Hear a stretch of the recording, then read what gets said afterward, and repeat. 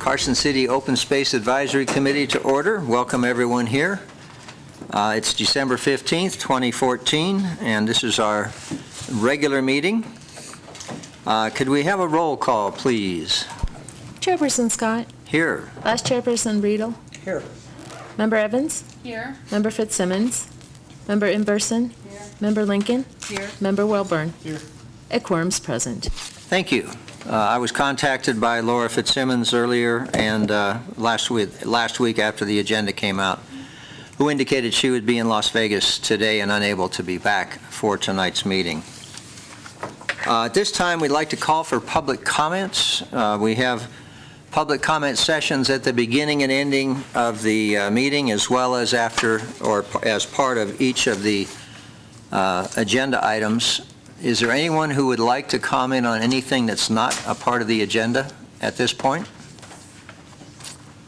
Okay, seeing none, we'll move forward. We have minutes from our last meeting, which was September 15th. Do we have any comments, corrections, or notations to the minutes? Our recording secretary has indicated to me that she has made a few typographical updates, but anything else from the committee? Yes, Donna. At 5:41:50, supervisor had instructed him not to tear, I assume, down the existing cabins on the property. Okay. Missing a word there.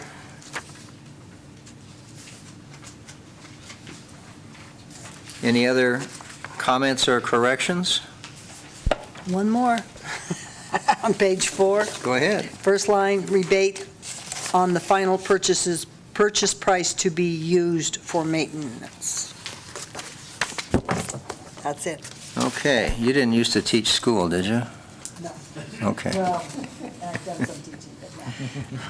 Thank you, Donna. Are there any other comments or questions? Any public comment? Okay, do we have a motion to approve the minutes as modified? Move to approve the September 15th, 2014 minutes. Okay, is there a second? I'll second. Okay. All in favor say aye. Aye. Aye. Opposed? Okay. Do we have any modifications to the agenda? Chairman, no, I do not have any modifications. Okay. The first topical item is something that I'm looking forward to seeing, and that is a discussion on some, it's a presentation for us to be aware of with regard to some rather impressive drawings that you had in your packet from Erica Gallegos, who is here with us. And Vern, are you going to present that? Yes, Thank you. I will kick this off and then turn it over to Erica. So for the record, Vern Cron, Carson City Senior Park Planner. I'll just kind of work everybody through the staff report, and for those at home. At the beginning of the school year, Erica, a senior AP art student at Carson High School, approached our department to do a senior project that involved painting a mural for Carson City. Every senior, just so the committee knows, every senior at the high school is required to successfully complete a senior project in order to graduate from high school. This presented staff with a great opportunity to support Erica, increase art and cultural awareness in the community, address an unattractive and graffiti-prone neighborhood entrance into the Fullstone Wetlands, and create a public-private partnership with an adjacent property owner. So we're real excited to be here this evening. As a part of the project requirement, Eric is going to be the one who carries the presentation. So it won't be me. I'm not the one having to graduate from high school again. So it's her. And so we're going to let her take over. I've reviewed the presentation. I think she's done an amazing job with not only the presentation, but what you'll see this evening. So having said that, I think it's going to be up to Erica to move forward. Thank you, Vern. Go ahead, Erica. Thank you, Vern. I'm Erica, and this is my Fullstone Wetland mural project. So as a senior, I had to do a senior project, and I decided to paint a mural. I wanted to merge my interest with art and benefit the community as well. And I thought that painting a mural was a great way to do that. So for the research portion of my project, I'm looking at the different ways that public art can benefit a community and society. And one of the points of emphasis will be murals and how they contribute to that. As for the goals of my project, like I said, I hope to help the community. Since this wall has been graffitied in the past, I hope that painting a mural will prevent that from happening in the future. I also hope to capture the essence of this wetland, because I know that the property owners, Dennis and Tony, they feel very passionate about their backyard, and this wetland's really beautiful, and I want to be able to represent that in my design. I hope to gain experience and skills in this project, which I already have: public speaking. I've conducted several meetings, and I've solicited donations around town, so that's kind of a step out of my comfort zone. Also, I hope this project lays a sort of foundation for a future career, because right now I'm looking at pursuing a degree in environmental science and minoring in art, so those both play sort of a role in this, and that's nice. The wall itself is located along the entrance to the Fullstone Wetlands. Like I said, it's been tagged with graffiti in the past. Its dimensions are 75 feet long by 6 feet high, which is pretty large for a mural, but I'm excited to accept that challenge. And in fact, this entire project is kind of a learning stretch for me. I've drawn since I can remember, but I've never done something to this scale before. And I'm excited to explore with this new medium and everything. So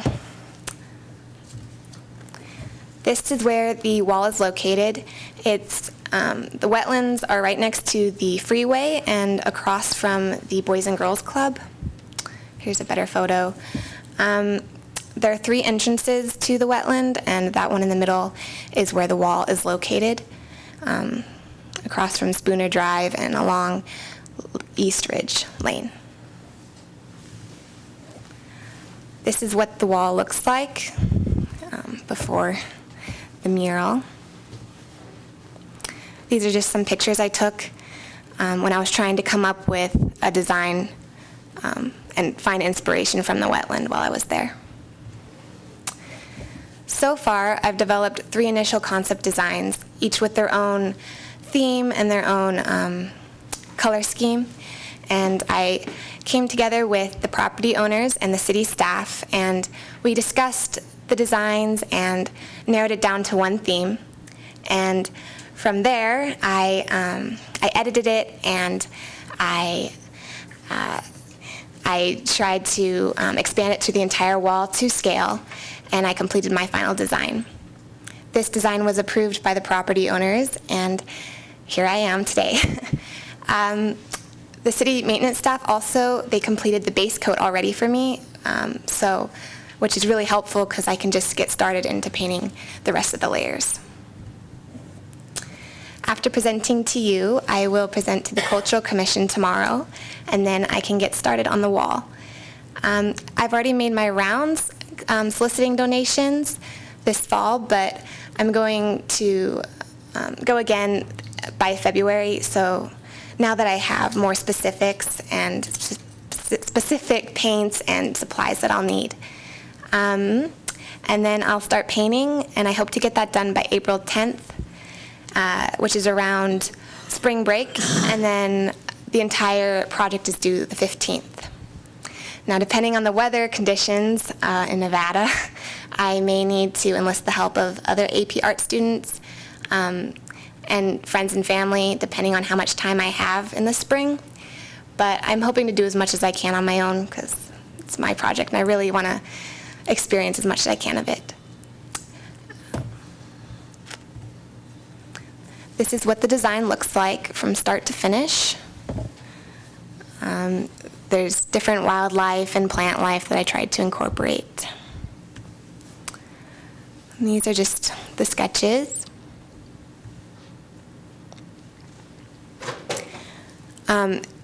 it was kind of difficult finding a design that could encompass the entirety of the wall since it's so long, but also not overdo with detail or color. So I went with sort of a silhouette, kind of monochromatic theme, and I think it works pretty well.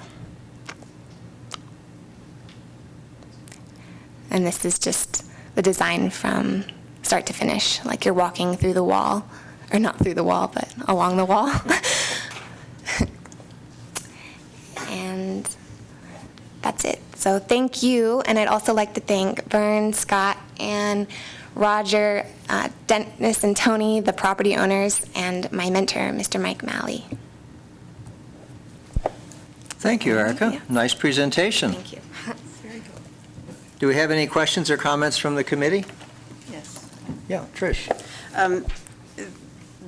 This is great, I love it, but do we own that part of the wetlands already? That's the park area, right? The wetlands, yes, we do own the wetlands. Not the one that's in your work program, okay. Secondly, I was curious about what type of paint or coatings that you're using on the wall. I'll be using acrylic, I'm pretty sure. Is it weather resistant? Yeah. Is it the kind that they can just spray off the graffiti can't stick on it? Isn't there some kind of coating that you can use like that? Let me field that question. The plan is right now is once Erica gets the mural completed, city staff will go in and graffiti coat the entire wall, so that if somebody does tag it, we'll be able to go back in and clean it off without damaging the mural. And then we would probably, I think it's depending on the graffiti coat we use, sometimes you have to reapply the graffiti coat over the area that was tagged. But we'll figure that out. But that's the intent, is we're going to, when Erica's done, we will do some sort of a graffiti coating over it. That's great, because that's a lot of work that could be quickly and easily damaged otherwise. And then I think that you should add to the items, especially because I do the senior project judging, so I know you have to list the things you learned and stuff. So if you have to get your help from your classmates, which is probably a really good idea for that large of a wall, then you can add project management and staff management to your list. So don't forget to do that. Yes, Margie.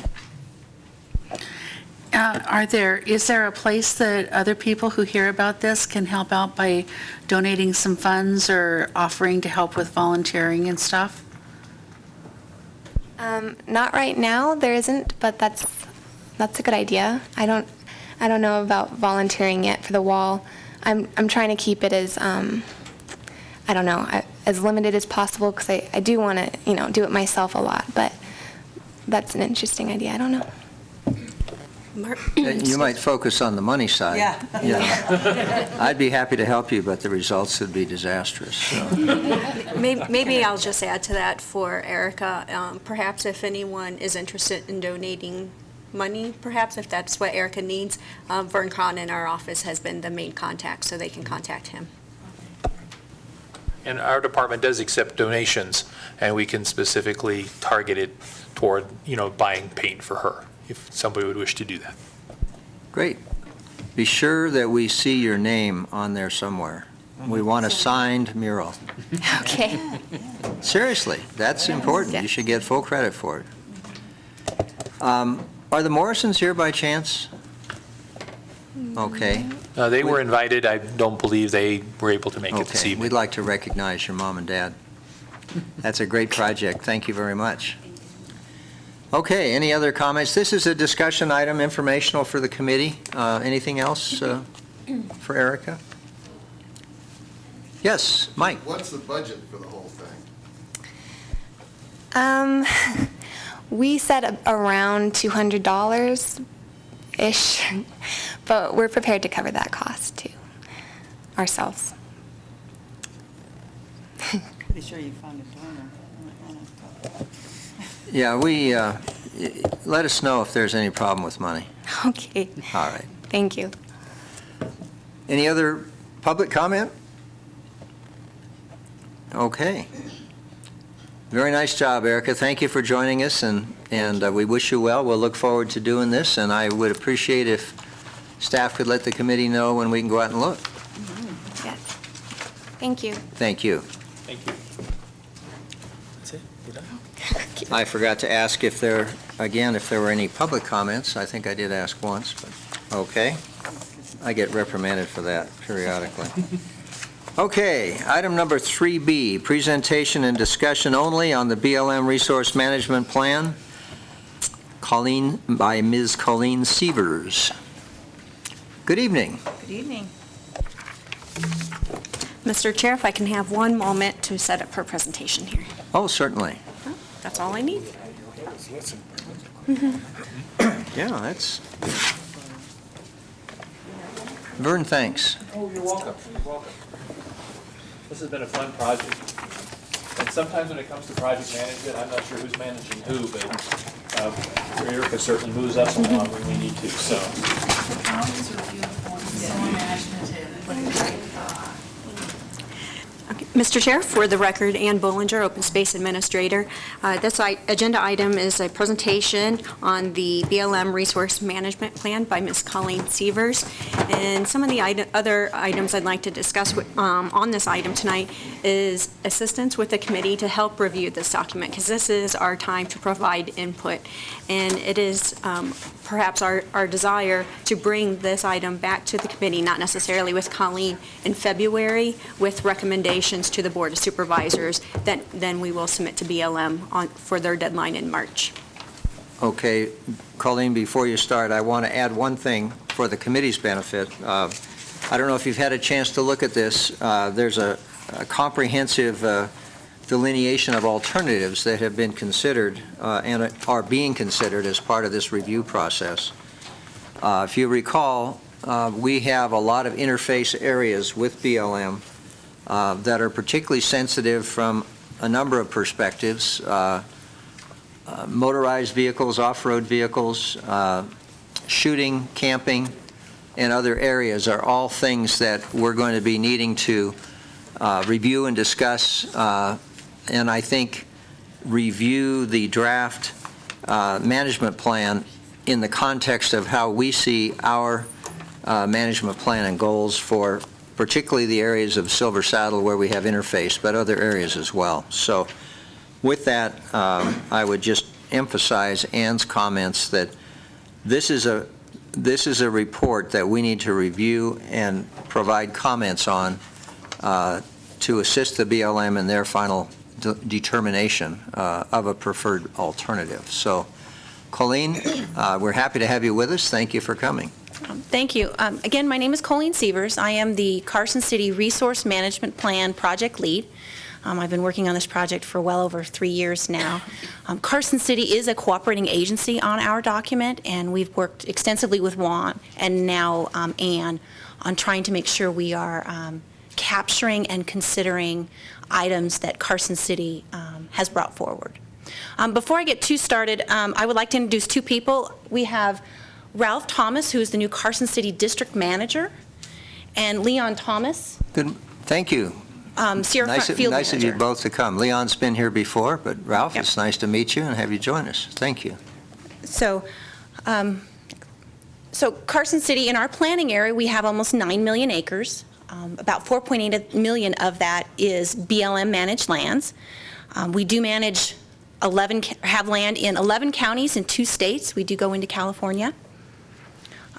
The reason why we are needing to revise our current resource management plan, and I'm going to call it the RMP, we have a lot of decisions within our existing document, which is over 20 years old, that are out of date. Land has already been transferred. New topics have come to the forefront, the intense urban interface use, renewable energy, sage grouse as well. So we are working through that process. So for Carson City, we have just over 41,000 acres of BLM managed lands. So we started scoping this project back in early 2012. We had about well over 1,700 comments focusing on a lot of our usual kinds of suspects: wild horse and burro, special designations, minerals. As I mentioned before, for cooperating agencies, we have 27 signed-on partners, of which Carson City is one of those. To date, we've done over 100 public presentations and meetings on the document, which is a huge amount of outreach to the public, again, trying to gather the information we need to consider within our range of alternatives. So as Bruce mentioned, we do have 5 alternatives that we are considering. Within the National Environmental Policy Act, we need to consider a range. That's what this is. Alternative A is our no action alternative, current management. It's what we're doing right now.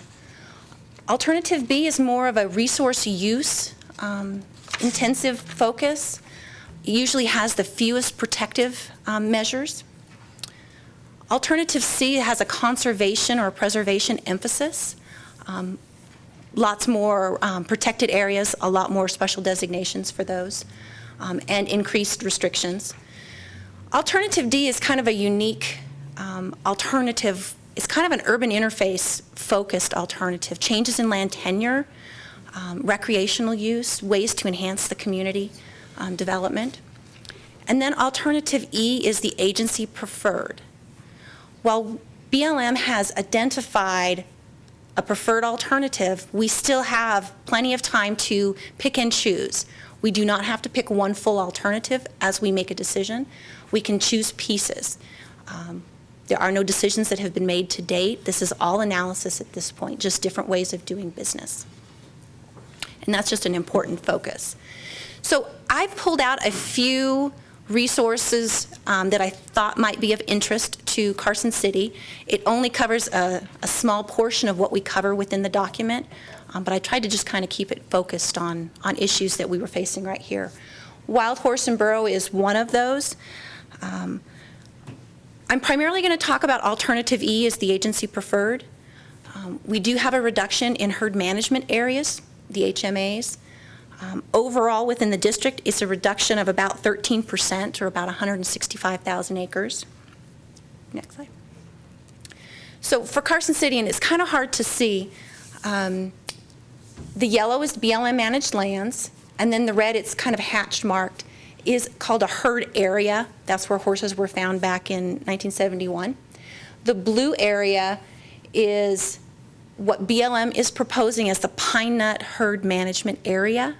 The boundary has been pulled back in that alternative to reduce some of those conflicts that we have with development and houses and those kinds of things. Visual resource management. We have 4 classes of visual resource management that we look at. Class 1 is usually reserved for wilderness study areas, wilderness areas, where there cannot be any changes to the landscape. VRM Class 2 allows for modifications to that visual setting, but they need to be really minor and not very noticeable. Class 3 allows for some major modifications to the landscape, but typically they don't dominate the landscape.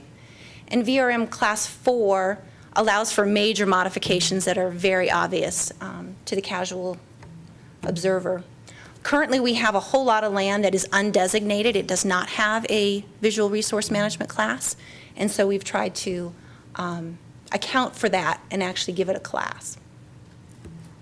So for Carson City, the blue area is proposed under Alternative E to be VRM Class 2. It follows the National Historic Trail, essentially. The green is VRM Class 4. And the yellow or orange is proposed to be VRM Class 3, where we allow some modifications, but they will not dominate. For the recreation and travel management, for Carson City, there are no SRMAs proposed, which stands for Special Recreation Management Areas. That is where recreation is the primary focus of those areas. Carson City, we're not proposing any. The extensive recreation management areas, we are proposing some that do come over into Carson City. Better ways of managing the recreation aspect and component to the lands that we manage. Good. So for Carson City, the orange is, under Alternative E, proposed to be a extensive recreation management area, where recreation needs some special management to protect those values, but it's kind of equal to protecting other values, cultural values, visual values, wildlife values, all of those things play in there together. One of the big topics, and that we've heard a lot from the public on, is the open, limited, closed designation to roads and trails. There are no changes to what is currently designated within Carson City. Currently, it's all limited to existing roads and trails. We're not proposing to change that at all. The next step after the resource management plan is completed is the actual travel management planning component, where we will go out and designate specific roads as open or closed, depending on where they are and what the resource concerns are. But for right now, we're not it'll all be limited at this point, just continuing current management. For the lands and realty portion, a lot of land right now is already identified for being available for disposal within Carson City. A lot of that happened with the legislation that was passed several years ago. There is about 40 acres that we are actually going to propose to be available for disposal, and it's over by the water tank. It was held out of that legislation, but we'd worked with Carson City on making sure that we had all the lands that the city was interested identified within our range of alternatives. There are some right-of-way avoidance and exclusion areas where we do not want to issue right-of-ways for like major power lines coming through. Mostly it's to protect visual values, those kinds of things. Areas of critical environmental concern, we use the acronym ACECs. Currently, Carson City has 6 identified within our whole district. Under Alternative E, we're proposing to add 2 more to make it a total of 8. So within the Carson City area, and not much of it actually, the purple area outlines proposed ACECs. There's actually several layered in there. There are some cultural ones. There's a bi-state sage-grouse ACEC that is proposed. There are some botanical ACECs proposed in there, so they all kind of overlayer just depending on where they are. An important note about ACECs is that there is not blanket management for an ACEC. The management that we outline varies by what resource we're trying to protect. So if we're trying to protect a botanical ACEC, there'll be management actions specific to botanical or cultural or sage-grouse, for example. So it's not a blanket, you can't do anything in there and it applies straight across the board. That's not the case. It does vary, and it can vary by alternative, and even the areas that we're proposing can vary by alternative. And so we do have some of that in there. So this is kind of the last slide. It kind of just shows kind of where we're going. Our document went out to the public for review and comment the end of November. It's out for 120 days. It closes March 27th. It is 2,000 pages. That is a lot of reading material to go through. We are really wanting the public to participate in the process. We do have a public meeting scheduled here in Carson City on the end of January the 24th from 2 to 6 p.m. It's going to be held at the Carson Plaza Hotel. And we would really like to have the public come out and interact with the staff, ask questions, see what we're proposing and what the concerns were and why we proposed what we did. We really do need comments, continued comments from our cooperating agencies, being Carson City. If there is something that we left out, if there was something that we needed to address more thoroughly, we really need those details. So that's kind of what I had on the RMP. I did want to bring up one other small thing. BLM does have an Adopt a Space program, and we are, I'll have some brochures and I'll leave them on the back table on our way out. It is a new trash cleanup program where we are looking for partners and volunteers to go out and pick areas to help clean up, because we do have quite a dumping problem. And we do have a cleanup at the end of December, and if you have questions, you can contact the BLM office or Leon or his staff. So I'd be happy to answer questions. Thank you, Colleen. Questions from the committee? Yes, go ahead, Margie. Hi, my question is where, I went through the packet of information that we were given for this meeting. Where can I see more detail on the specifics of the various options? For example, there was a big difference in some of your vegetation classes across the different options. And I'd like to see what's going to be sacrificed or what's going to be protected within the different options. Where can I find that? Did you look at the document that was available online? Uh-huh. Okay. Well, I looked at the document that came in our packet. It may not have been the entire document. Okay. The entire document is located on our BLM webpage. Okay. If you go to the Carson City BLM webpage, there's a box and it says click here and it takes you right into the project website. And under documents, there's a tab under documents. It has the full document there. So you can actually get into a whole lot more detail. And Chapter 2 is where we really talk about the alternatives and why we're doing what we're doing. And we have a lot of summary tables to help facilitate the readers knowing what the difference is across the alternatives. You're welcome. Donna? Yeah, just a couple of things. You might want to add a list of definitions of your acronyms. I had to hunt through the document to figure out some of the acronyms, and you answered a couple of them that I hadn't been able to figure out. Regarding recreation and travel management, how do you determine what is already an existing trail or road? Because, it doesn't take very long for somebody to go out there and create one. So it is a challenge for the BLM, and considering Carson City has almost 5 million acres and trying to gather all that road data, we do have staff out trying to collect data now on what's existing roads and trails. We are using aerial photographs. We are partnering with some of the user groups to gather data. Some counties have provided us their road data, and it's really thorough. We realize this is going to be an ongoing process, and travel management planning takes years to complete. One of the things we did talk about in our resource management plan was breaking it out into areas, travel management areas. So they're smaller chunks that we can focus in on. One of our big focus areas is the pine nuts, because it does see intense recreation use. And that is one of the areas that we are focusing on first. Some of that trail data comes from not just a two-track, but single-track trails, horse trails, walking trails. I mean, we're trying to distinguish a lot of those things, but we're collecting data right now. But it's going to take us a while.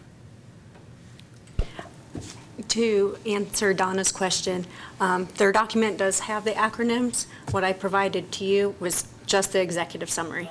Remember, their document's 1,500 pages, and I did not want to provide that to the community. If you present this to the public, it would be nice if they had access to that. Okay, yeah, because, it's a big concern, and it does not take long in our fragile desert system to have a new trail that now is an existing trail. Correct. Or road. And one other thing, regarding animal grazing, it may be in the full document, but is there any plan to evaluate the fees that are being charged and whether or not those are as high as they should be? That is outside the scope of our resource management plan. That's a Washington office level decision, well beyond what we can control here in Carson. Anything else, Donna? No, thank you. Howard, anything? Just a question for Ann. So this will come back on the 23rd, and that'll be within the 120-day comment period? We'll make it? Correct. Their deadline for comments is March 27th. Other comments from the committee? A couple things that I had. Colleen, we're struggling with some of our management associated with acquisitions we have along the Carson River and the Silver Saddle area acquisitions that we have. And one of the things I would hope that we could do would be to understand what some of your, how you're looking at some of those areas so that we can look at things like staging areas that contribute or that potentially serve BLM lands where existing trails are being utilized for off-road, for example, or, just so that we're coordinated with what we're looking at as you are looking at, from the other side of the boundary, so to speak. And I don't know, that's probably a good staff level discussion, but I would suggest that we don't want to be either contributing to a problem on your end or blocking off an area that you feel should be made accessible or remain accessible. We have a lot of places within the areas that we either own currently or will probably acquire where there is an awful lot of off-road use that we may want to try to manage to protect some of the areas that are being impacted while still preserving access to the BLM land on the other side. And we would just want to try to make sure that we weren't doing something that was contrary or setting one of us up for the, for doing the wrong thing at the interface. And I realize you can't predetermine what actions you might take, but I would urge you to coordinate with our staff so that we can do the best job possible given the relative timeframes that we're on in making sure we don't create an administrative problem through independent, approval of plans that have inherent inconsistencies. When we get to that travel management portion, and we will be starting to look at staging areas and parking areas and any developed campsites or anything of that nature, we will be working closely with the public, and we will be coming back to the county for that portion. Because Carson City has been a great partner. I mean, we need something, we call, and we get participation, we get input, and we are working well together. So we will definitely continue that. Okay, and then from a staff perspective, I think the kinds of things that on first blush, and I have not looked at the main document, but on first blush with what we have here, the visual quality impacts, I think, are things this committee should be aware of, and also areas of critical environmental concern that affect Carson City would be things that I would ask staff, along with the recreation and travel management, to kind of help us focus on as a committee so that we don't get lost in the rest of the 1,600 pages. And then as a separate question, realizing it's probably outside the scope, we have a couple of funny little areas that in our minds should have been included in the congressional action on the lands bill and weren't, particularly on the east side of Sierra Vista Way. There's a boundary in there that is a little bit strange. Does this document is there anything in this document that might or could support a future request for making an adjustment in that boundary? And I don't know if that reference means anything to you, Colleen, but what looks like it might have been intended to be more or less a straight north-south line has a little piece out of it.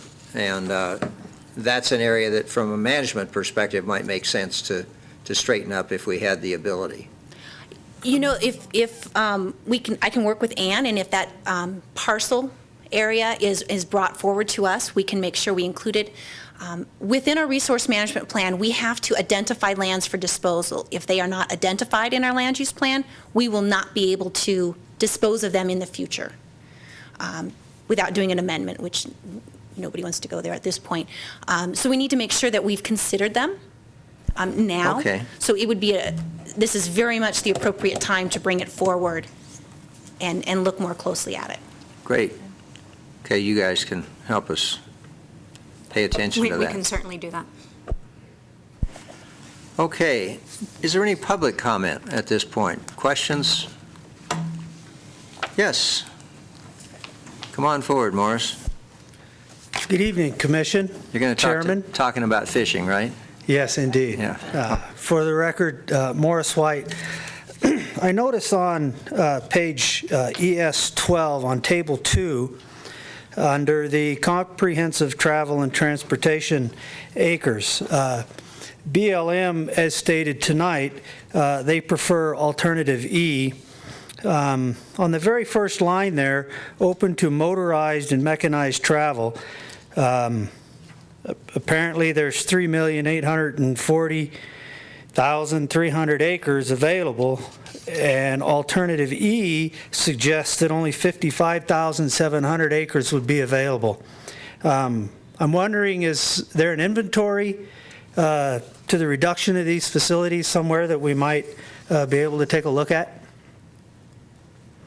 Okay, if I understand, and Colleen, please, if you can you address that? Basically, I assume what you've done is in the limited category, you basically said we're going to have it limited to existing trails, but I don't mean to speak for you. Currently, we have over 3.8 million acres that are what we call open, which means you can go cross-country. BLM policy is more leaning toward limited to existing roads and trails. And we have areas in our district right now that are undesignated, which we manage as open, which also plays into that.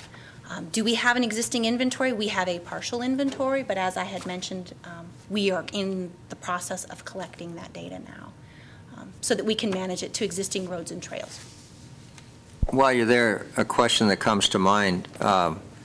We know that the trails are pretty haphazard a lot of times. Is there provision for consolidation or relocation of existing trails to better meet environmental values and yet maintain the off-road access? In other words, when you're out there, you can see places that look like this is a heck of a place to put a road. If we did it over here, if we didn't do this, we would have a lot better roadway and a lot less impact on the environment. And do your limited or your restricted designations provide for that kind of an improvement, if you will, rather than an elimination of complete access? Yes, it does. When we get into that travel management planning process, the next step after the decision is made, we will look at all the roads out there.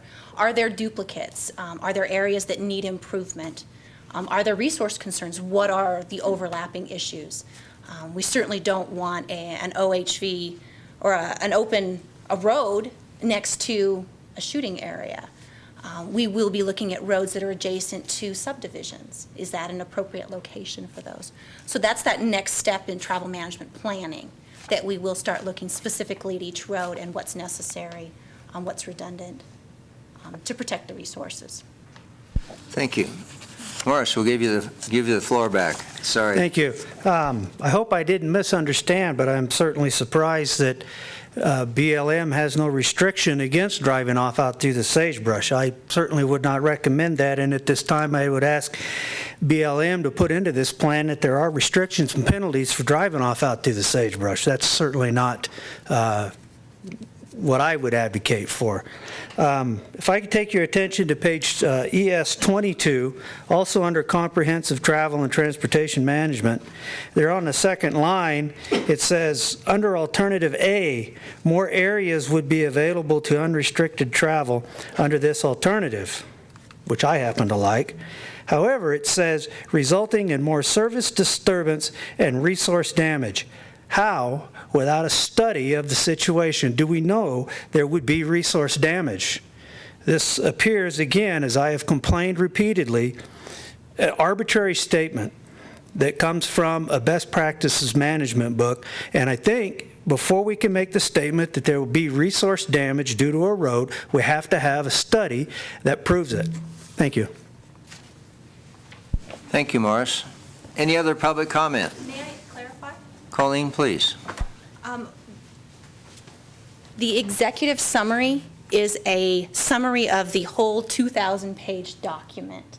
If you go into Chapter 4, where we talk about impacts, that more clearly defines the differences between Alternative A and Alternative B, and you start weighing which alternative has more impacts on a resource.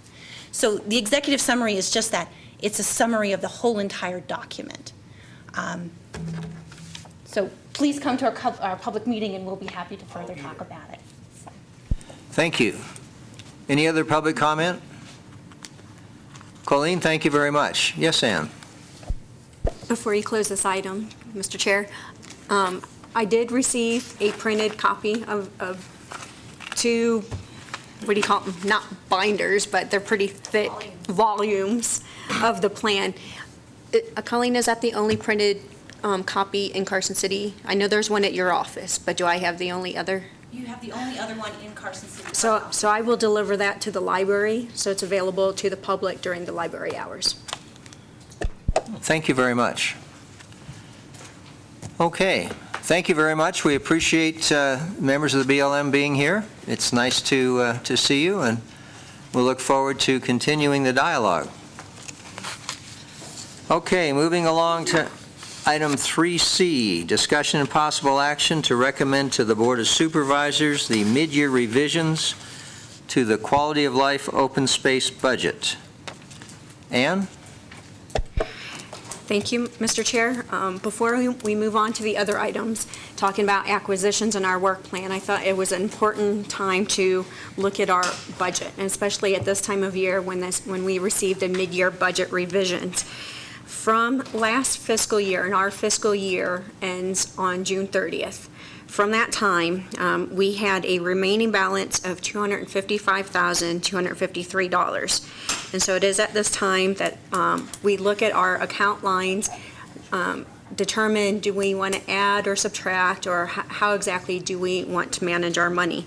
And so what I have provided to the committee are some of the suggestions, and feel free to provide comments and changes to this. But some of the items I'd like to bring to your attention at this time.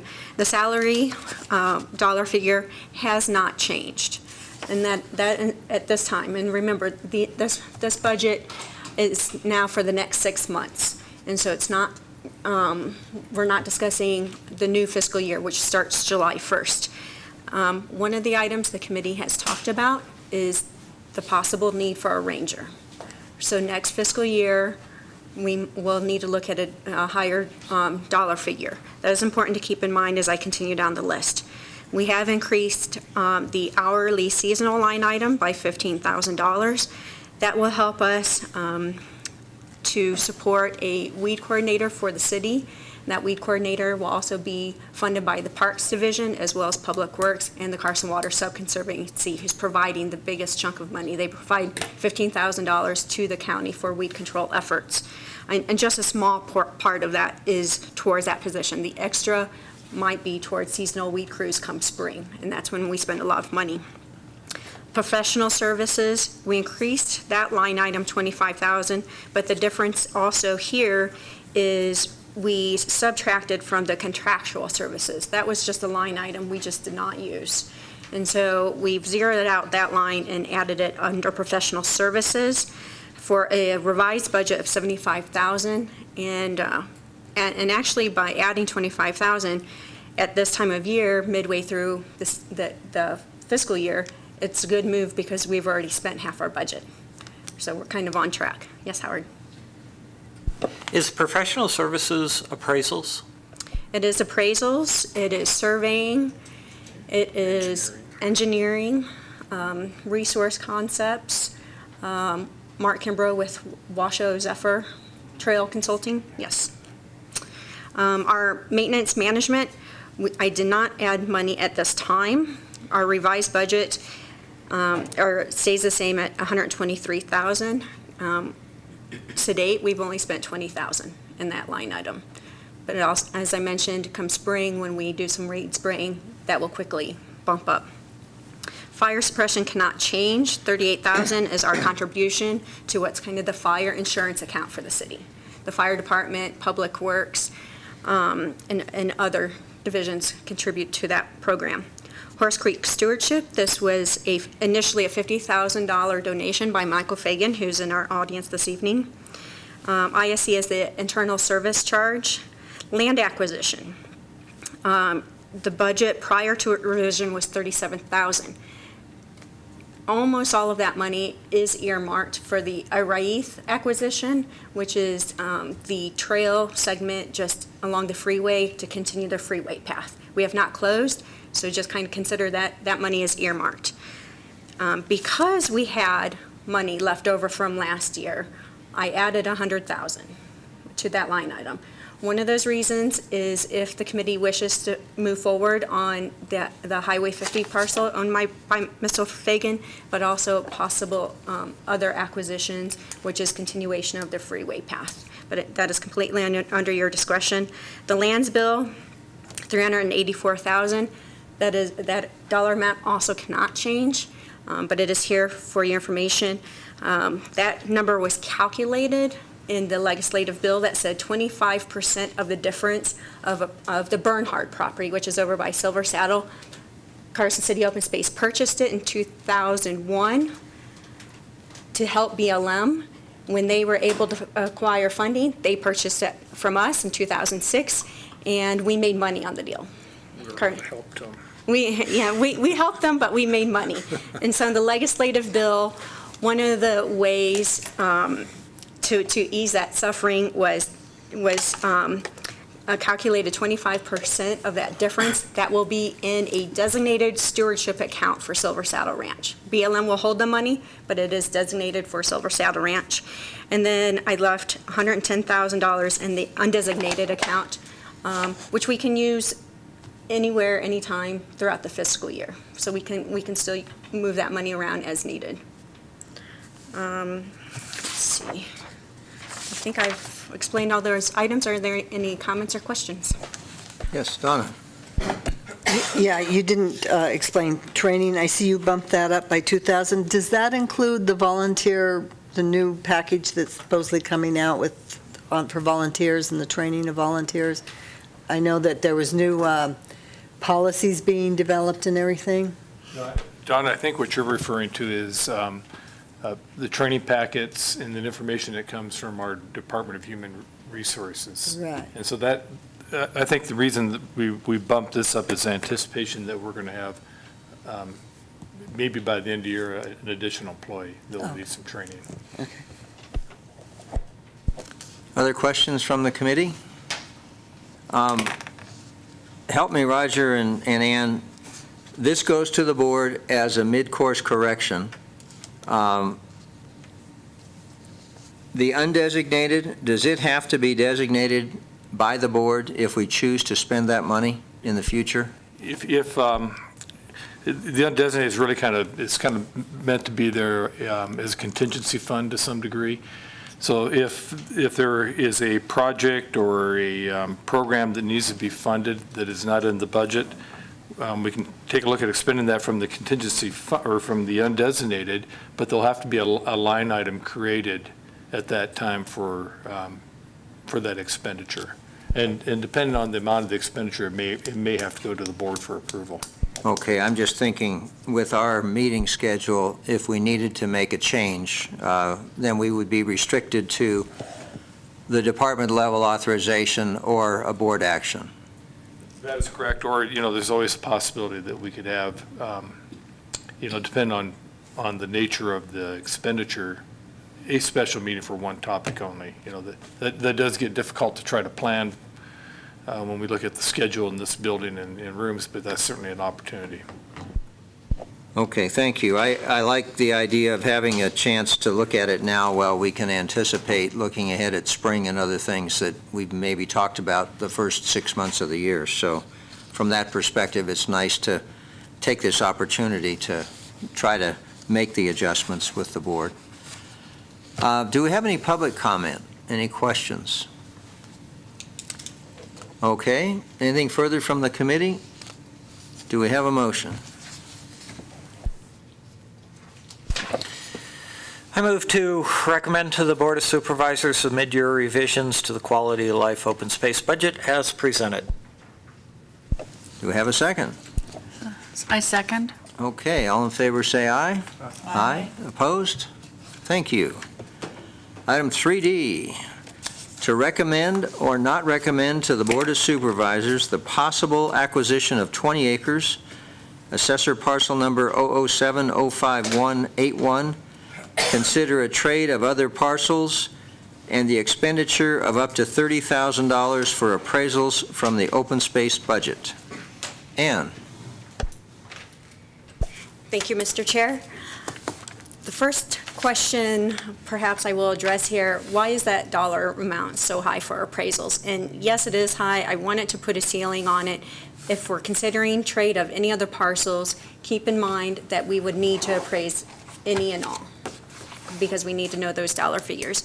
But I'd like to go ahead and run through a quick presentation here for you, as well as for the public. The parcel is owned by Michael Fagan. He is in our audience this evening. It is located along Highway 50, so Carson City is to the right on the map. Highway 50 traveling up to Lake Tahoe. It is 20 acres located just on the north side of Highway 50.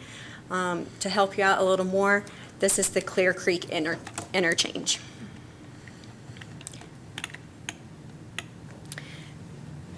The parcel is roughly located on our Unified Pathways Master Plan.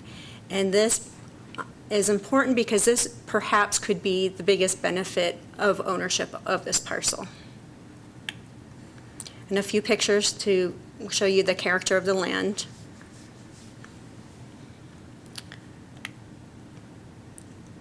To the right is east, and then west is to the right, and it provides some perspective. Here's the Forest Service sign.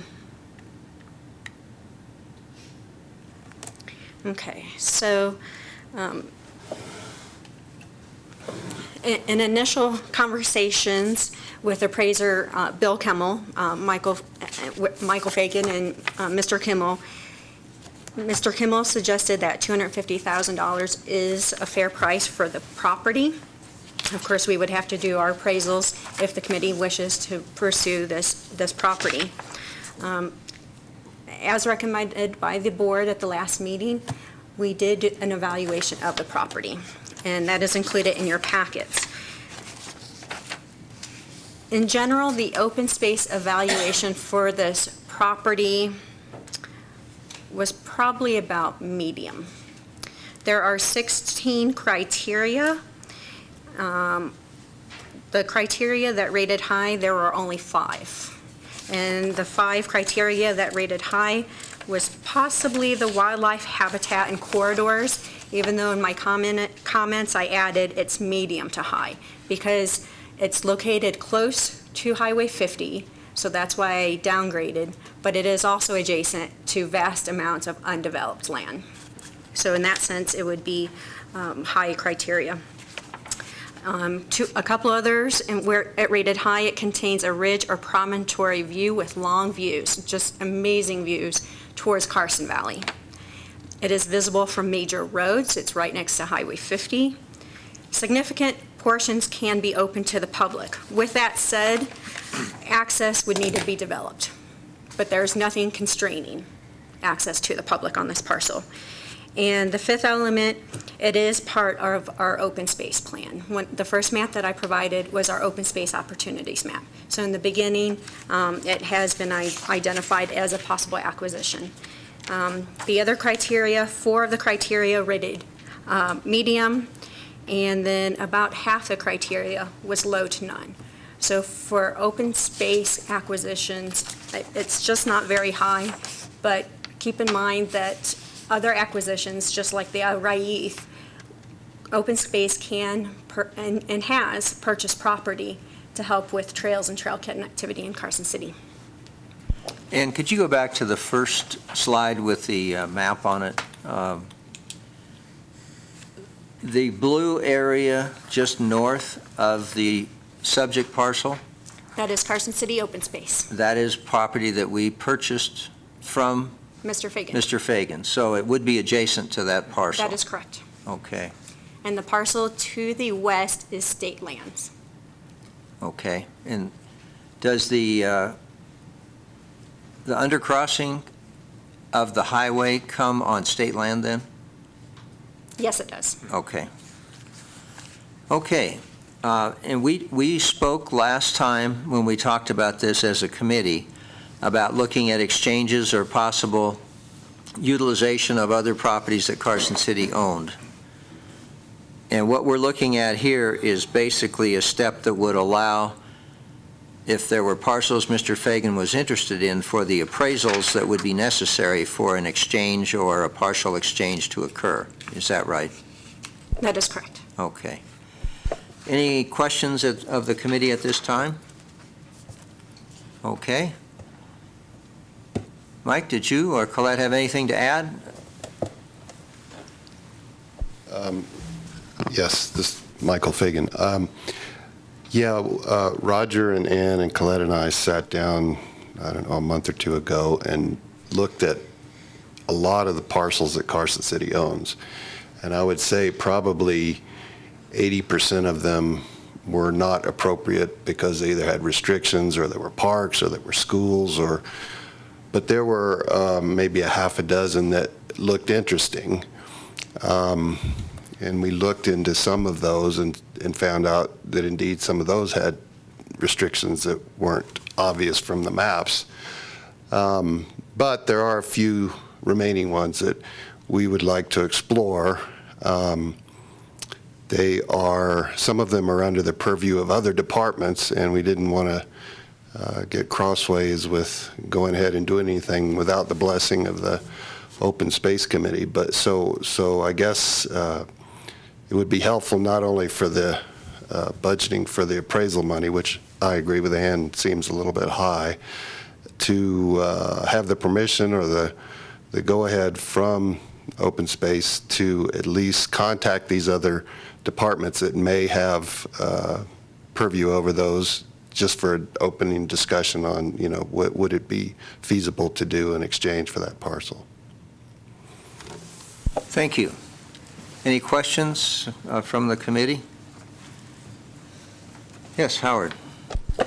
Would, directing towards staff, Roger, and would an exchange of another department's assets require Open Space to reimburse that department? That's a distinct possibility that could happen, especially property if it was under the ownership of utilities or, that. Now, there are properties that are not, well, they're actually under the Parks and Recreation Department, but they're categorized for a different use. And that would probably then require also entering the Park and Recreation Commission into the discussion as well, too. So I guess my concern is that even though there would be a swap, it would still create a liability for the Open Space to fund reimbursement to that. It could if the property was part of an enterprise function of the city. If it's a general fund, property owned by the general fund of the city, it may not require reimbursement. We'd have to look into that. And further, so, I would imagine the city has a pretty good idea of what it might consider surplus property at this time too. And so with that, I've always heard these land swap deals, and with the, in my years of doing land acquisition, and it's very difficult. But with that in mind, it might be worthwhile to go through with it. Mike, did you have a comment? Yeah, and it's to Howard's question. We did have this discussion in the meeting because there were all kinds of ownership priorities with parcels that we could identify. One of the ones is with parks, and I brought up the idea because of the liability is, okay, the biggest attraction to this, besides not having billboards or houses or gas station up there on Highway 50 into eyesore, is the access into the Kings Canyon wilderness. Well, if a parcel, for example, were a trade parcel was under the auspices of parks, then the trailhead potentially could not be, you could donate that from Open Space to parks, and then it's parks to parks. So, there aren't many departments that might be the case, but some of the parcels we looked at fell into that category. An advantage there is we know who to talk to. Yeah. Okay. So as I guess I would capsulize this, we are considering the authorization or the request to go to the Board of Supervisors for the expenditure of money for potential appraisals that might work with a serious candidate, if you will, as far as a trade or swap were concerned. And this represents, in effect, the next step to determine if we can find a trading partner parcel that would work. And so I guess with that, we're back to the committee for any action or further discussion you might have. I'm willing to make the motion. I move to recommend to the Board of Supervisors the possible acquisition of 20 acres APN 007051-81, consider a trade of other parcels, and the expenditure of up to $30,000 for appraisals from the open space budget. Do we have a second? I'll second. Okay, it's been moved and seconded. Any further public comment or discussion? All in favor, say aye. Aye. Aye. Opposed? Okay, the motion carries. Item 3E, discussion and possible action to recommend to the Board of Supervisors acceptance of the monitoring report for the Horse Creek Ranch Conservation Easement for 2013. Ann? Thank you. Mr. Fagan was about to leave, and he could.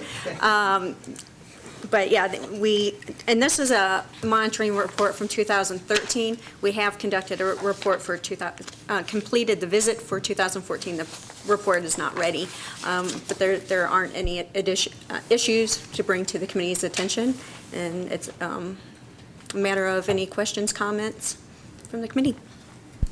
Yeah, there are quite a few pictures and so on in the discussion that I don't know that we need to go through, but certainly if people have questions, we should pursue those.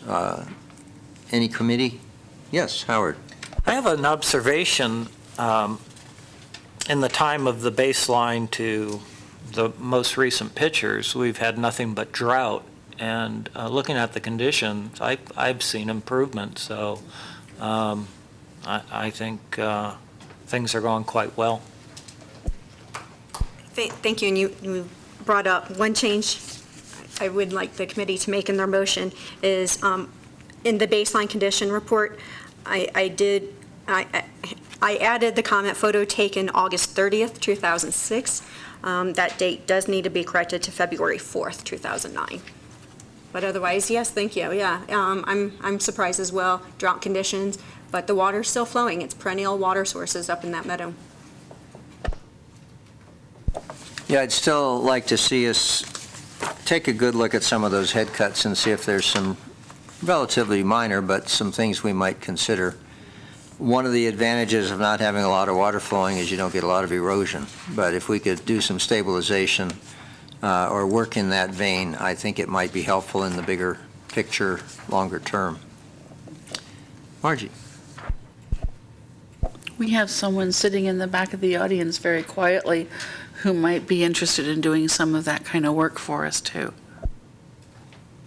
The interloper back there? Good evening, Dan. Nice to see you. Any other questions or comments from the committee? Any public comment? Yes, Mike. First of all, sorry for trying to run out. I forgot we had to do this part. Yeah, the fact that the meadow's in good shape, I have to commend Jeff Schultz for his stewardship, for keeping the flume open, and I know John works on it too, and Charlie and Bill are in the audience. So the Schultzes have done a good job of helping manage that. On the head cuts, most of those were like that when I bought the property. I haven't seen those deteriorating any. And I'd also like to thank Committee Member Evans for helping us chop thistle a couple of years ago, and because it really made a big difference. I would say that we're down 2/3 in the thistle. We didn't get out there this year, But, another couple of seasons of that, and we'll, I think, have it licked. Yeah, I didn't mean to imply there was an issue with regard to recent usage. I just think that if we could arrest some of that has been there for a long time, it might be helpful to move it in an even better direction. And the photographs between 2009 and 2013 definitely show improvement, even though, as Howard says, we've had some pretty dry weather. So, okay. Do we have a motion on the item?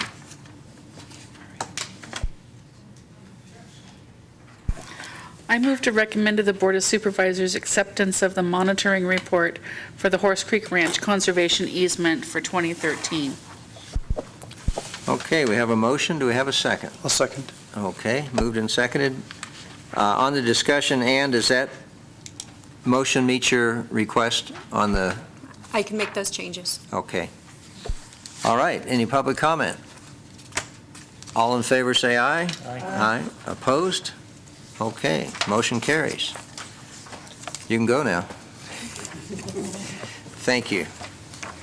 Okay, item 3F, recommend to the Board of Supervisors a work program outline for the year 2015. And that is July 1, 2015 through June 30, 2016? The Ann? work program outline is for the calendar year. Calendar year, okay. If you like, I can try to plan it for fiscal year No. next time. Most of us But- think in calendar years anyway, so that'd be fine. Go ahead. Okay, so this item follows perfectly in discussion with our budget. The work program is a reference for the budget, and it also helps provide direction on the wide range of projects that we spend our time and our money. With that said, I think it's 6 pages, our work program, but I would like to emphasize to the committee that since September, there's been 1 staff member managing 2 jobs. And so projects have had to be prioritized, and those prioritized projects are those with grant funding tied with timelines and deadlines. So moving ahead, some of the projects, the information is organized into 4 main categories. The first one is management activities, and I listed staff first. The new natural resource specialist, the position closed last Thursday. We had 31 applicants, have not had a chance to see who they are or their qualifications, but we'll plan to do that in the next few weeks with interviews in January and starting hopefully soon after. I need the help. The new Ann. Then one of the other items that the committee has discussed, but I would like to bring to you in a future agenda item, is a new ranger. Whether that's a deputy ranger or a park ranger / maintenance worker, that will be discussed at a later time, but it's important to have on our work plan. And then the Carson City weed coordinator, as I mentioned, the position was previously housed at Cooperative Extension. Their budget has been cut, and the position has been cut just out of the office. And so our department, because Open Space and Parks were part of the Weed Coalition, we were talking with Public Works and trying to identify efforts and how can we make this happen. Carson City needs a weed coordinator. We've talked with the Carson Water Sub-Conservancy. We've looked at just about any and all options. But we're keeping those conversations going. And at this time, that new weed coordinator would probably be supervised by the open space program. There's grants for improvements along Ash Canyon Road, 2 grants, one of which we're trying to close, and then we have a new one for additional projects. There's education with schools. Carson High School received a grant from the Deer Tags program. Let's see what the full name was there for a minute. I can't find it quickly. Dream Tags through Western Nevada Foundation. Dream Tags Foundation through the Community Foundation of Western Nevada. And Carson High School was awarded $4,748. And that grant provides funding for their school buses up to Quill Ranch, provides the students opportunities to learn about weeds, revegetation, wildlife habitat in our watershed. We are working on fuels reduction projects. We will continue volunteer opportunities and weed control. The next category is capital improvement projects, the Eagle Valley Creek Crossing and Trail Extension. I'm really hopeful that that bridge will be installed next year. It wasn't installed this year, but I'm hopeful it will be installed next year. The old stone shed at the Old Buzzy's Ranch property, I will bring that as another item in the future to the committee. At this time, your staff report does include some of the quotes that we have received. Due to rhoda activity and associated risks within the structure, there would need to be a hazardous team cleaning in order to even bring contractors in to look at the structure, to do the measurements, to look at the roof before we can even repair. So at the current time, the minimum cost for that roof repair is $17,000. But I will bring more information on what we will do with the rest of the structure as well. The other alternative is demolition. There's the V&T Trail north of Coombs Canyon Road. Several different easements with state lands and private property owners and the Eagle Valley Children's Home in that area. And there's been improvements to the waterfall trail and trailhead with a new entrance area and kiosks. The third category is planning activities. In this category, there are two annual activities. There's the annual report to the Board of Supervisors and the conservation easement monitoring. And then there's a couple of activities that are on this list until they're completed. And one of those is the identification of fees and charges, particularly related to Silver Sallow Ranch, education and information, federal agencies such as the BLM Resource Management Plan with the deadline of March 27th, the land exchange with BLM. I'd like to start the conversation with the committee about a celebration when we get those lands. What do we want to do? And then the management plan for the Carson River to complete those comments. And the final category is land transactions. Within this category, on my list, I try to identify where are we in all these land transactions. Generally, we're not in the land acquisition business, but there's two that are somewhat active. There's the Benham Marshall, which is located in Upper Ash Canyon. It's happening, but not really by us. Nevada Land Trust has a grant from the Terminal Lakes grant program. They are working with state lands, who we hope will acquire the property. And not state lands, with state parks. And if I need to, I'll help with state parks and encourage their acquisition of that property. But that is active, that's moving. Another one is the Clear Creek property owned by Nevada State Lands. Recently, that went to the Board of Supervisors to rezone those parcels.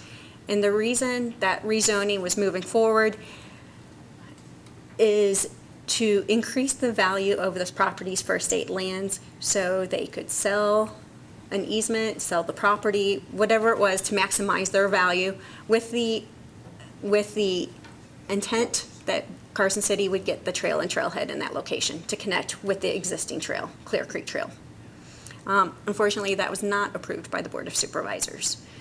But there's several groups, the Carson Valley Trails Association and others, who are still engaged in those talks. Past activity, and we have some members, is the Old Woods Ranch. Back in 2010, there was a application for the NRCS Farm and Ranch, and it just was not funded at that time. So this is a project that was approved by this committee, approved by the Board of Supervisors, and the grant was submitted, it just wasn't funded. So it's one of those, with the family members here tonight, just to have on your radar, but also, is there any interest just to keep this on your list? Another priority is water and water rights. It really hasn't been on our list, but when we acquired the ranch parcels out by the river, this committee and the Board of Supervisors promised to keep those fields green. So I'm just not sure how that's going to happen. So again, just to have it on your list, I don't have any proposals that I'm bringing to the committee, but if something comes available, I would like to keep that on your radar. Another property recently, Bill Schultz is here. This property is identified on our open space opportunities map. He contacted staff a few months back and asked if there was any interest from the committee to purchase this property. Another project on the list is the freeway multi-use path. This would be continuing the path now from 5th Street south. There's a little path on the Lampa parcel, but then it would continue further south. So similar to the Raith parcel, we would just look at small select areas, what we need to do to get a path completed in those areas. That project is just on the list. Nothing's happening, and it will only begin when it's initiated by staff. Other projects that are on hold is the conservation easement on the Collard property in Kings Canyon, along Kings Canyon Road. They are just waiting for the market to come back and increase the value of their property, and the Lampa Lane wetlands / Steinheimer wetlands. So that's a lot for the year. Any questions? Any questions from the committee?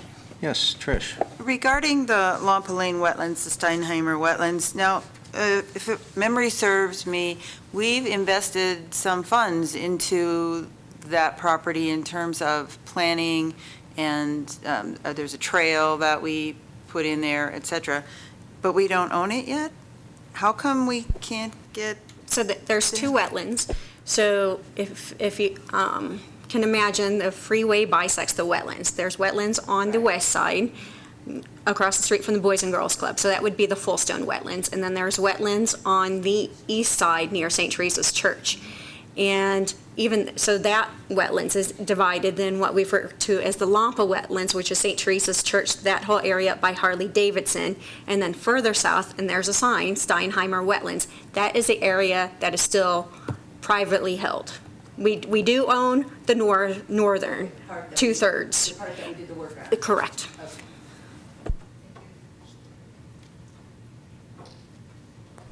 I would like to add a activity that I think you might be busy with, and that's, with the economy improving, I think we might see a lot of development activity, and so I encourage you to keep your finger on the pulse of opportunities that may arise from various development.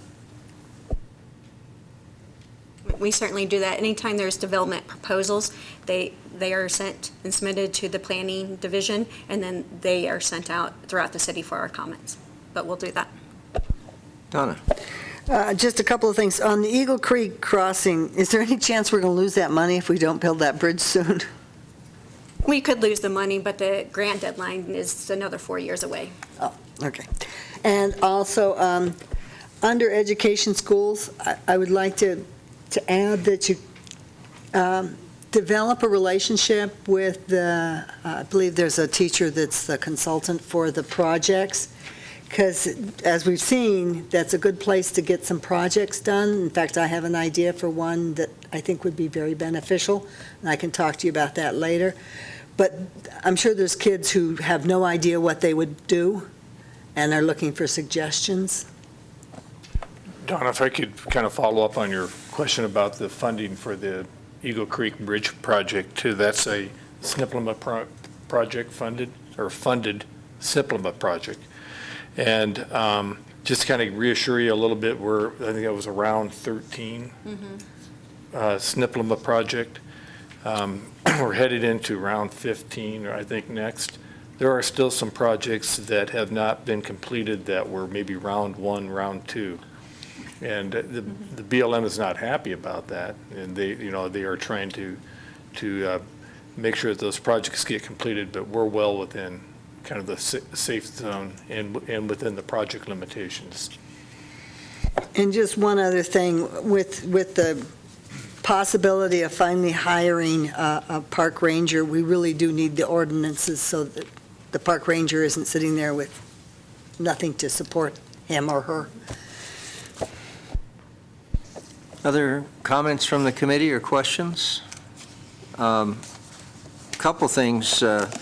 Just a reminder, filling Ann's position simply gets us back 6 months later to where we were, still behind the 8 ball and not really doing as much management as we'd like. So I think the idea of moving forward to me with regard to the park ranger slash maintenance type, dual use person really makes a lot of sense and is something that I would hope we could look hard at as we go into 2015.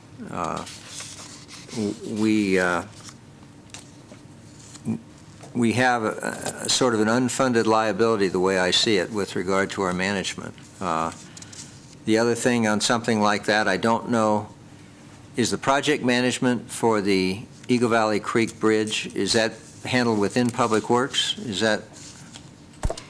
Correct. For the Eagle Valley Creek Bridge, that project management is managed by Public Works. However, after the time that we acquired that grant, Public Works set a policy that any other projects that they manage, that they will need budget to charge their time to. So we need to think ahead with that concept. Do we have a budget estimate from them as to what they need? They don't need anything for this project because it's okay. grandfathered. This is prior to that change. We should be sure and thank them. We have to keep reminding them of that, too. Yeah, right. Yeah. Okay.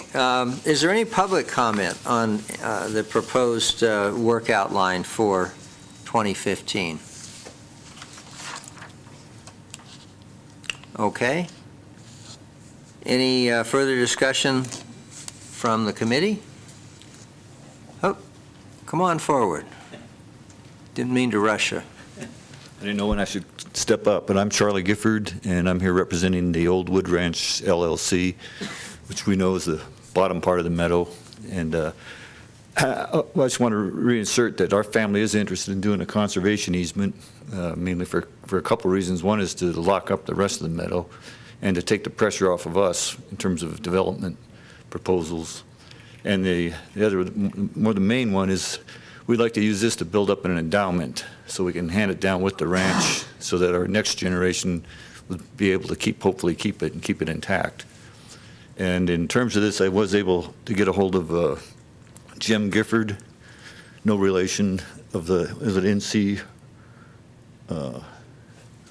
He's with NRCS. NRCS, and asked him about what might be available, and he seemed pretty positive that we would qualify again. It's a different program that the old FFR, whatever it is, that ran out. So he's supposed to get back to me, and he didn't know for sure if Carson City, if the city could be the partner that initiates it and that gets it going, or I believe last time we went through the Nature Conservancy. But they might have to be in one of those, the Nevada Land Conservancy or the Nature Conservancy might have to be a part of it. So we're pursuing it from that end, and I guess he'll probably get in contact with you. And to provide the committee and the public too. So the uncolored parcel on the map here is the conservation easement that we have with Michael Fagan. The Woods Ranch, it's these two parcels, is that right, Charlie? Right. Yep. Just to the south end. So it does include some of that meadow. Thank you. Charlie, thank you very much, and we appreciate your interest in your being here. I would, I guess, confirm with the committee, my sense that while we're not in a financial position to make any major commitments, we certainly are in a position to recognize the potential value of that conservation easement and to be a facilitator in any way we can with regard to any of these entities that might be able to help with the acquisition of or the provision of money for that acquisition. mean, this is, in my mind, a key piece of unfinished business if we can do it. So the continued interest on the family's part is greatly appreciated, and hopefully, at the very least, we can be supportive and provide some staff time, and you know, if the committee can help in terms of support as well. In the meantime, while you're trying to find grants or find other sources of funding, I think it would just be terrible if we weren't able to do something to preserve that meadow, the balance of the meadow. We So, appreciate that. thank you. Thanks. Bill, did you have a comment? Yes. Hi, Bruce. I'm Bill Schultz, and I would represent another entity close to the Schultz family, the Schultz Investments, we call our part of the family.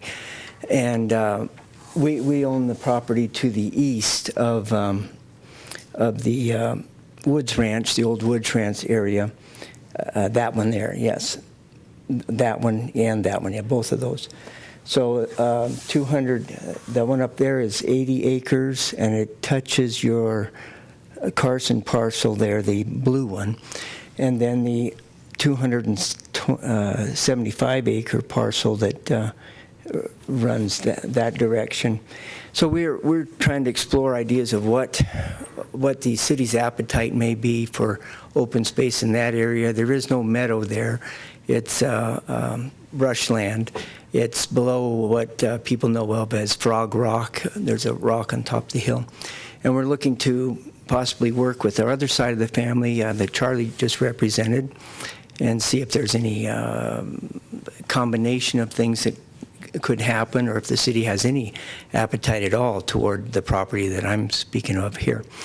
And just to explore what that might be. There's some trail possibilities if it matches your trail map, or if there's other things that might link up to Voltaire Canyon Road, things like this. We've looked at some overlook areas that have a nice views with Juan Guzman, and I think Ann said she's seen that too. So there might be some possibilities, and I'm here to represent the Schultz investment side to begin to explore that. We're only at a beginning stage, exploring it that direction with Ann, and that direction with my other part of the family. So. Thank you, Bill. Okay, thanks.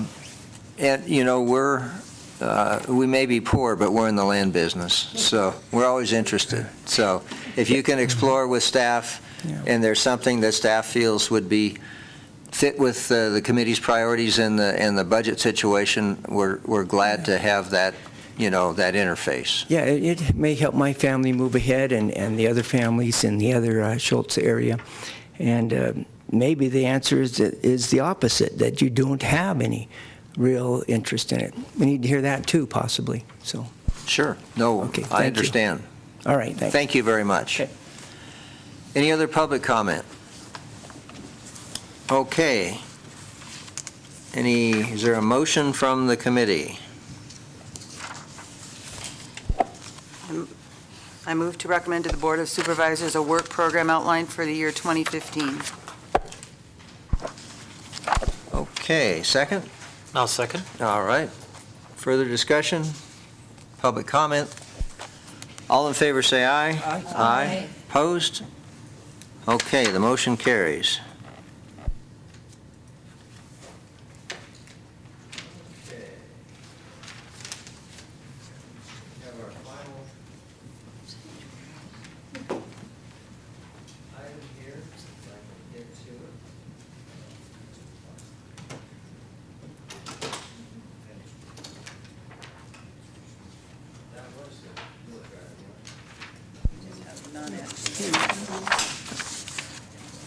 Okay.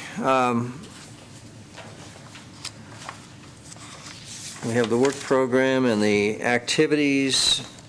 The next thing is activity 3G.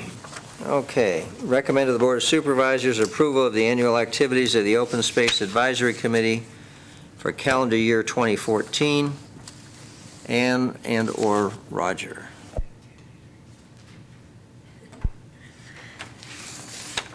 It is December, so it is our year in review and a time to talk about some of our accomplishments through the year. Similar to our work plan, I tried to categorize this in some of the categories.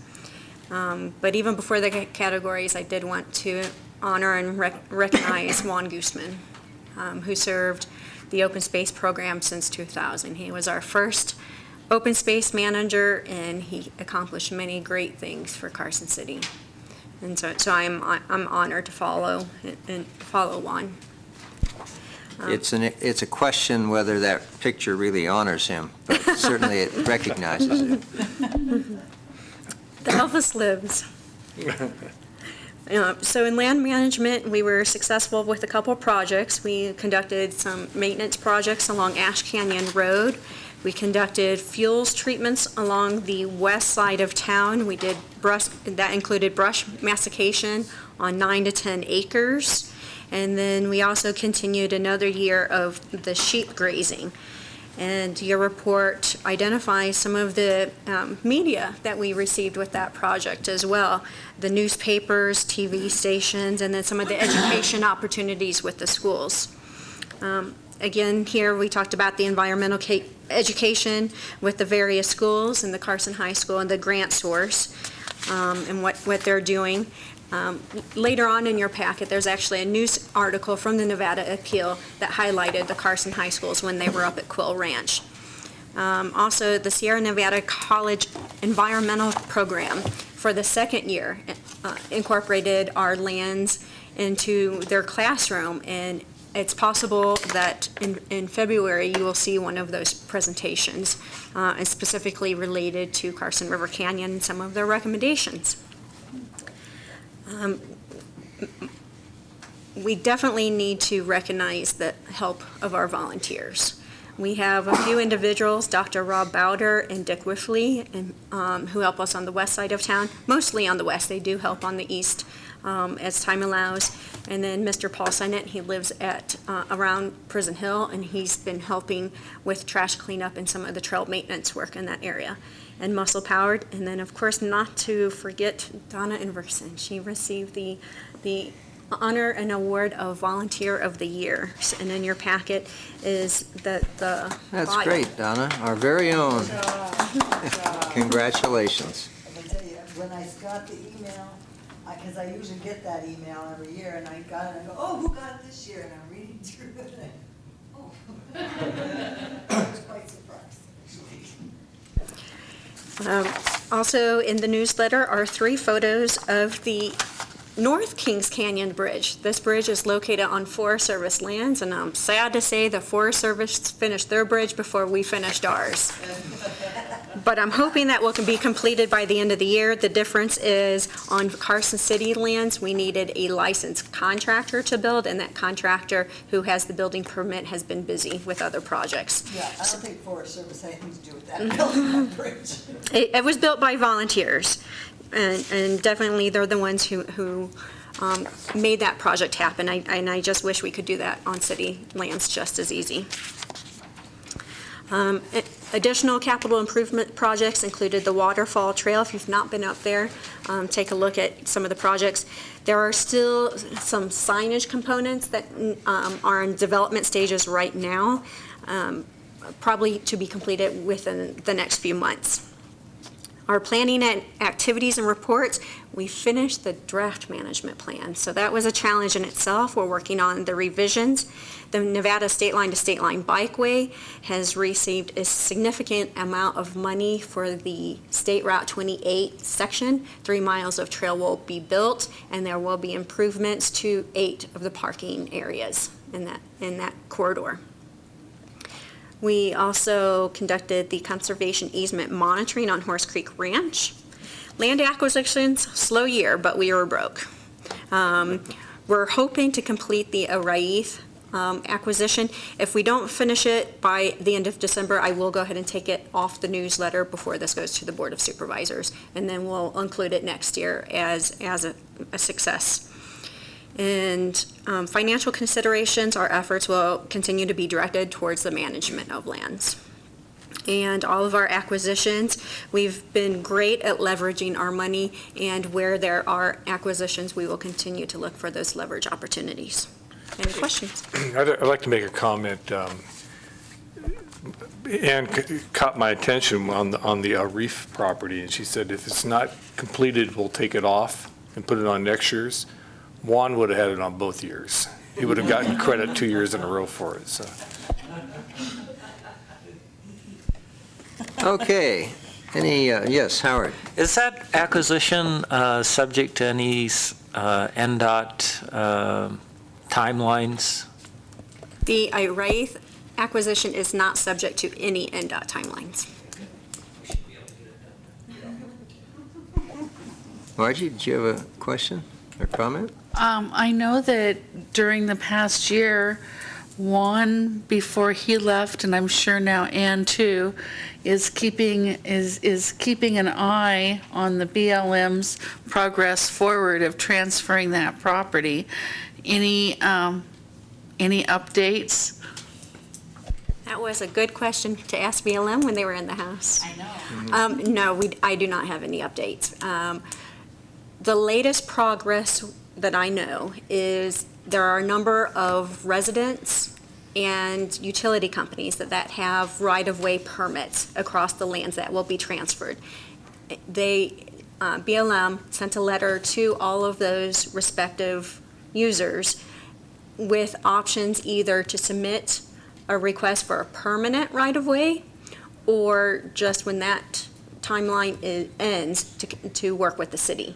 And so there are residents who have submitted a request for a permanent, and so BLM is processing those. The deadline for BLM to receive that request was just November, and so they will need to complete that before the transfer.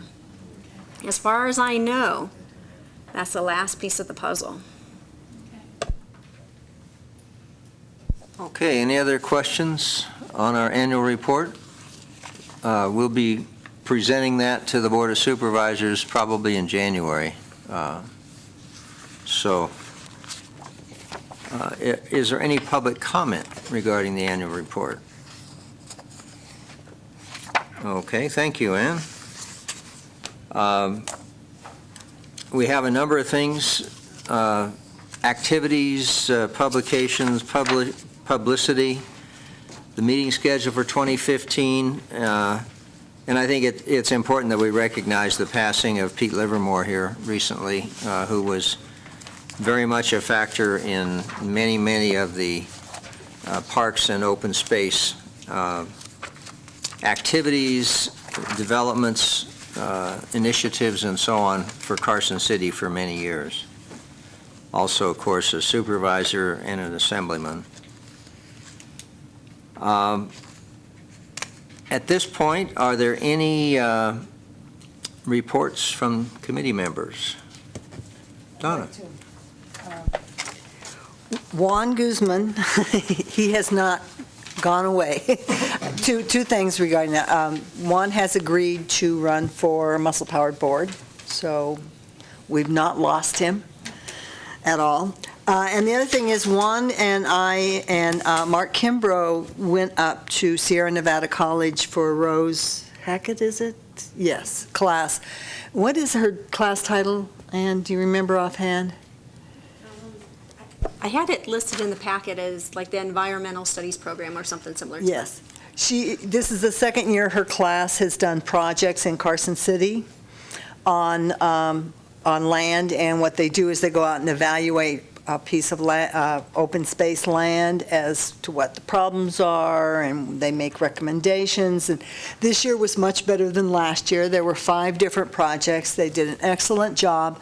The entire thing was videotaped, and she's sending a copy of that to Mark Kimbrough. So we may be looking to set up a time when we could invite the board and whoever would like to come and see those recommendations. The kids didn't come up with anything innovative. It's pretty much what we all know our problems and issues are, and kind of what our solutions would be if we could, in a perfect world, have them. But it is nice to see young people that are eager and have not been beaten down yet, that are still very much interested in open lands and saving and protecting and lands and things like that. I have been talking to Rose, and the plan for next year is, rather than we go up to Sierra Nevada College for the presentations, that we make arrangements to have a place here in town and open it up to a lot more people, and that the kids present here. And because it's part of their education is to do that presentation also. So the more people they get to do that, the better. And we may even talk about seeing if we could arrange for them to present to this committee. So it's a great project to work with the school, and nobody up in the Tahoe Basin is willing to work with her, so we get her. So that is nice. Thank you, Donna. Any other committee reports? Go ahead, Trish. I would just like to say congratulations to you, Ann, on being appointed the new Carson City Open Space Manager, as I was unable to be here at the meeting following your appointment, so congratulations. Any other board reports? Last call for public comment. Okay. Any further staff report? Oh, Donna has some. It's in the packet, but I want to bring it up. We are now officially a bicycle-friendly city. We're at the, That was good work. yeah, we've got a lot of work ahead of us to move ourselves up from bronze to, I think, gold is the top. And, but we're in the money now, so that's good. Well, good. Thank you. Roger, Ann, anything further from staff? Okay, do we have a motion to adjourn?